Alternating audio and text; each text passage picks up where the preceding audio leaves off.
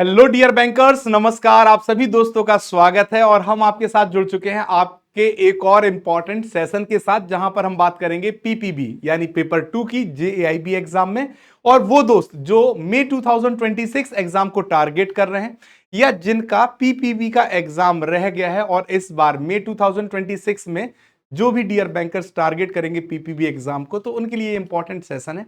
और यहां पर हम बात करेंगे कि पीपीबी का सिलेबस में कौन कौन से इंपॉर्टेंट मॉड्यूल हैं और उनका वेटेज क्या है, तो इस पे आज डिस्कशन करेंगे। तो फटाफट चलिए जुड़ते हैं और समझते हैं इंपॉर्टेंट मॉड्यूल्स को। तो दोस्तों, सबसे पहले अगर हम बात करें तो JAIIB exam pattern and syllabus for PPB second paper की अगर हम बात करें तो आपको 100 क्वेश्चंस आपके एग्जाम में पूछे जाते हैं। और ये 100 क्वेश्चंस 100 मार्क्स के होते हैं। और इस एग्जाम के लिए आपको 2 आवर्स का टाइम प्रोवाइड किया जाता है। ठीक है दोस्तों, अभी आईआईबीएफ ने कोई भी निगेटिव मार्किंग नहीं रखी है एट अभी टिल जो इंफॉर्मेशन है, अभी तक कोई अपडेशन नहीं आया है। और जो आपका एग्जाम होता है वो मल्टीपल चॉइस क्वेश्चंस का होता है। अब आपको इन 100 क्वेश्चंस में से 100 क्वेश्चंस जो आपको दिए जाते हैं, 100 मार्क्स के, कितने 100 मार्क्स के, आपको इनमें से कितने मार्क्स लेके आने होते हैं। मात्र 50% अगर आप स्कोर करते हैं अपने एग्जाम में तो आपका एग्जाम क्या हो जाता है, क्वालिफाई हो जाता है। क्या हो जाता है दोस्तों, क्वालिफाई आपका एग्जाम हो जाता है। तो फर्स्ट थिंग तो ये हमें पता होना चाहिए। सेकंड, अगर हम बात करें तो कुछ चीजें ऐसी हैं जिसके बारे में हमें पता होना चाहिए जब हम पीपीबी के एग्जाम में बैठेंगे। So don't wait, start preparation. अगर आप इंतजार कर रहे हैं कि हम एग्जाम के टाइम पे फटाफट प्रिपरेशन करके एक बार में एग्जाम क्वालिफाई कर जाएंगे, कर सकते हैं, बिल्कुल कर सकते हैं। किसी की भी क्षमता पर प्रश्न नहीं उठाया जा सकता, परंतु थोड़ा कठिन होगा, है ना, क्योंकि पीपीबी का सिलेबस बहुत बड़ा है। 55 यूनिट्स आपको कवर करनी है। और थोड़ा सा पेपर में भी चेंज आया है पैटर्न में, आईआईबीएफ ने पेपर का थोड़ा स्टैंडर्ड भी अप किया है। तो दोस्तों, मई 2026 पेपर, सॉरी नवंबर,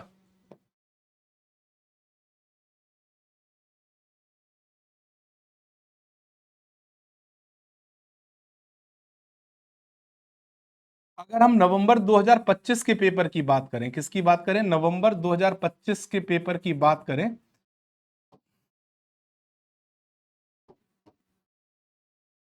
अगर हम नवंबर 2025 के पीपीबी की पेपर की बात करें तो मई में भी पेपर टफ था। मई 2025 का पेपर तो बहुत ज्यादा मतलब टफ ही था। और अगर नवंबर 2025 की बात करें तो पेपर मॉडरेट टू टफ था। मॉडरेट टू कैसा था, टफ था। ठीक है दोस्तों, इसके साथ साथ हाउ टू टारगेट प्रिपरेशन, आप कैसे अपनी प्रिपरेशन को टारगेट करेंगे, ये भी एक इंपॉर्टेंट पार्ट है। इन सभी चीजों को हमें ध्यान में रखना है। अब देखिए, आपको अपनी जो प्रिपरेशन है उसको स्टार्ट करना है early start, gain a strategic edge. अगर आप शुरुआत से अगर पढ़ेंगे, अभी जो समय आपको 6 महीने का है, अगर आप पढ़ेंगे तो आप पहली बात तो अपने कंप्लीट फाउंडेशन को कवर करेंगे, यानी कंप्लीट सिलेबस आप पढ़ पाएंगे। साथ ही साथ सफिशिएंट टाइम है कि आप सभी कंसेप्ट के ऊपर फोकस कर पाए। और एट लास्ट मूवमेंट, अगर आप लास्ट मिनट में प्रिपरेशन करते हैं तो लास्ट मिनट की जो प्रिपरेशन होती है वो आपको कहीं ना कहीं नुकसान पहुंचा सकती है, क्योंकि आप सभी कंसेप्ट को एक साथ कवर नहीं कर पाते, आप सिर्फ इंपॉर्टेंट कंसेप्ट की तरफ जाते हैं।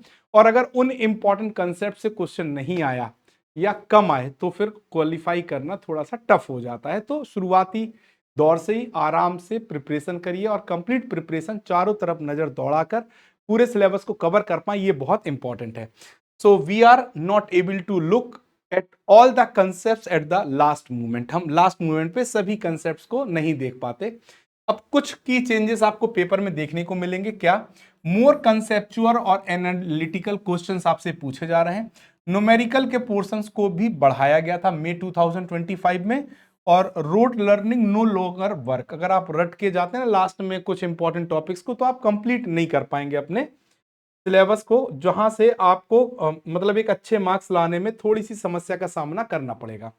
अब अगर हम पीपीबी की बात करते हैं, principles and practices of banking, PPB की बात करते हैं, तो हमें पीपीबी जो पेपर 2 है, हमारा कंपलसरी पेपर है, टोटल 55 यूनिट्स हमें कवर करनी है। ठीक है दोस्तों, और 55 यूनिट्स में हमें 4 मॉड्यूल में हमारा सिलेबस बांटा गया है।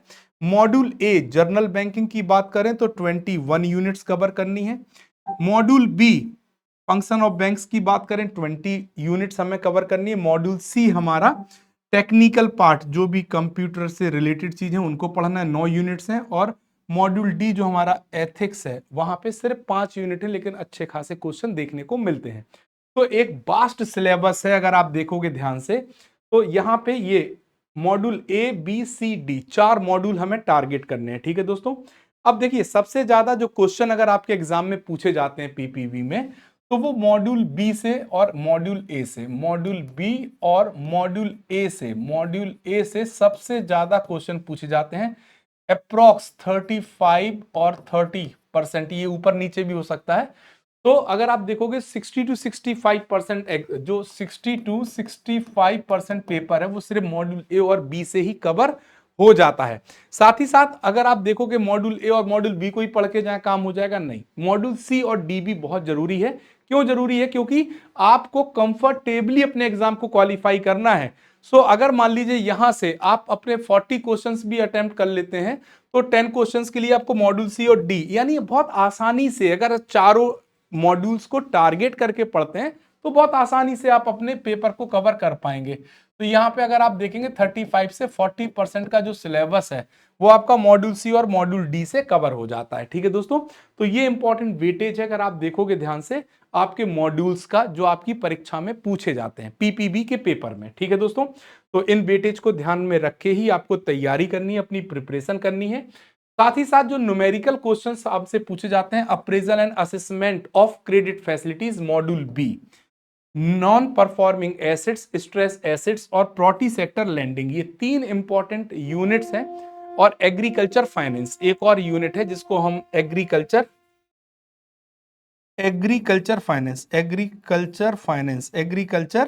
फाइनेंस से भी न्यूमेरिकल पूछे जाते हैं। तो ये कुछ इंपॉर्टेंट हैं यूनिट्स, और ये सभी यूनिट्स मॉड्यूल बी की ही पाई जाती हैं जहां से न्यूमेरिकल आपके एग्जाम में पूछे जाते हैं। तो इन यूनिट्स पे भी ध्यान रखना है, इनके न्यूमेरिकल्स को भी आपको फोकस करना है, जिससे कि आप आसानी से अपने एग्जाम को क्वालिफाई कर पाए।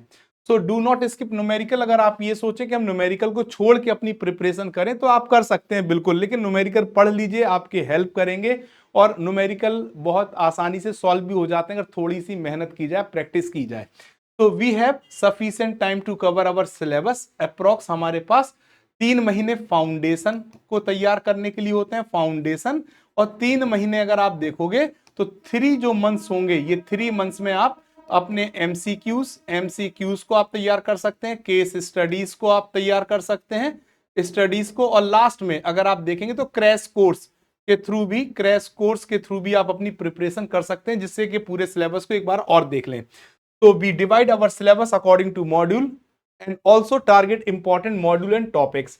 तो सबसे ज्यादा क्वेश्चन हमें मॉड्यूल ए और बी से देखने को मिलेंगे, फिर हमारा सी और डी। हमें इसी क्रम में ही अपनी तैयारी करनी भी चाहिए, क्योंकि ये सभी मॉड्यूल ए और बी तो बहुत इंपॉर्टेंट है, सी और डी आपके लिए इंपॉर्टेंट, मतलब वेटेज में इंपॉर्टेंट नहीं है, बट आपकी वर्किंग के लिए, आपकी नॉलेज के लिए बहुत इंपॉर्टेंट है सी डी। तो चारों मॉड्यूल को कंप्लीट पढ़िए, कहीं से भी आपके दिमाग में ये प्रश्न नहीं आना चाहिए कि हमें मॉड्यूल ए और बी को ही टारगेट करना है। ठीक है दोस्तों, साथ ही साथ अगर हम बात करें तो पाथ टू सक्सेस, तो approx 3 month is sufficient for preparation, जहां से आप अपने कंप्लीट सिलेबस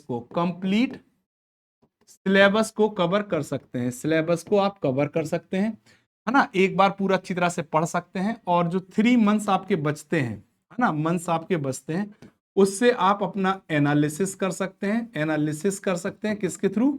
मॉक्स के थ्रू, है ना, या एमसीक्यूज के थ्रू। ठीक है दोस्तों, और रिवीजन अपना कर सकते हैं, क्या कर सकते हैं? रिवीजन कर सकते हैं। तो 6 मंथ का पूरा पैकेज आप अपना कंप्लीट प्रिपरेशन कर सकते हैं।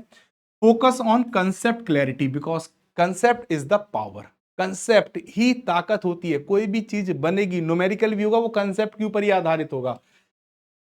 प्रैक्टिस न्यूमेरिकल, यानी न्यूमेरिकल को पढ़ना ही है। रेगुलर रिवीजन, क्योंकि 55 यूनिट है, आगे पढ़ेंगे पीछे भूल जाएंगे, तो रेगुलर रिवीजन भी होता रहना चाहिए।